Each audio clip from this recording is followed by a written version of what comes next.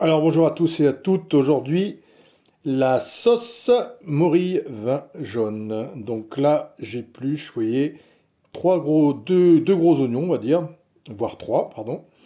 Et vous coupez, vous voyez, dans la longueur, mais pas jusqu'au bout, hein. Vous gardez un tiens, vous coupez ensuite dans la largeur et vous faites des petits cubes, ce qu'on appelle ciseler un oignon. Et on fait des petits cubes. Avec le dernier petit morceau, vous le hachez grossièrement, ça ira très bien. Donc là, je mets trois oignons, comme ceci que je fais. Ensuite, je mets de l'huile d'olive car c'est très bon, à un feu bien chaud, et je fais revenir mes oignons un petit peu pendant 2 petites minutes à feu assez fort et je les remue pas mal. Ensuite, pendant ce temps-là, je vais tremper mes morilles. Donc là, j'ai un petit pot de morilles.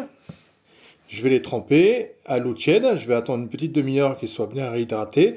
Ensuite, je vais les rincer beaucoup de fois dans de l'eau froide pour enlever toute la terre à l'intérieur. Ensuite, je prends un vin jaune. Vous achetez un vin jaune et on débouche un vin jaune. Le vin jaune donne un goût très très bon à vos sauces. C'est toujours des sauces qui sont très agréables. C'est un petit goût un peu âpre mais qui est très très doux aussi. Et ça donne vraiment un goût exceptionnel à votre sauce au morille. Donc la morille et le vin jaune s'associent très bien. Donc une fois qu'on a bien fait revenir 2 minutes nos oignons, on verse carrément la bouteille entière de vin jaune dedans. Voilà. Et on va laisser bouillir 2 petites minutes à feu fort pour réduire un petit peu le vin, mais pas plus. On va pas réduire à sec, on garde du vin, c'est ça qui va donner le goût à la sauce, hein.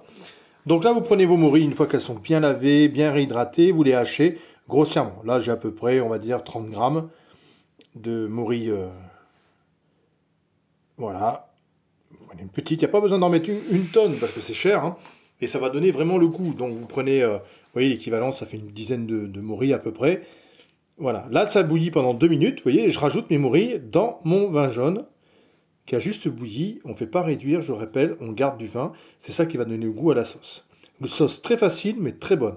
Donc là, j'ai un bouillon de volaille que j'ai fait avec les carcasses de chapon, quand j'ai désossé mes chapons pour en faire des rôtis.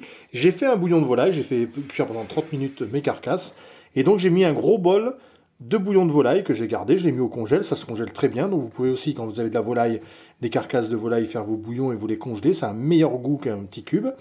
Donc j'ai mis mon bouillon, j'ai mis une brique de crème, hein, une grosse brique de crème, et je vais lier un peu avec de maïzena, vous voyez, maïzena et eau, et je vais laisser juste reprendre une consistance de ma sauce au feu. Alors oui, c'est une plaque de cuisson, hein. Alors souvent j'ai les commentaires, ah mais c'est quoi cette plaque de cuisson avec un feu intégré, voilà.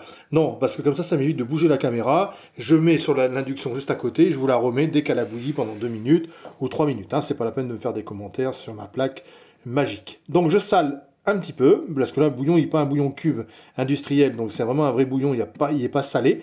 Donc on sale bien la sauce, et on poivre bien sûr, évidemment, également. Et voilà, notre sauce est prête. Elle est impeccable. Donc là, je vous prépare plein de plannings de cours et de menus que je vais bientôt vous mettre en ligne, et comme ça, vous pourrez aussi réserver votre cours ou votre prestation. Merci à vous, et à bientôt.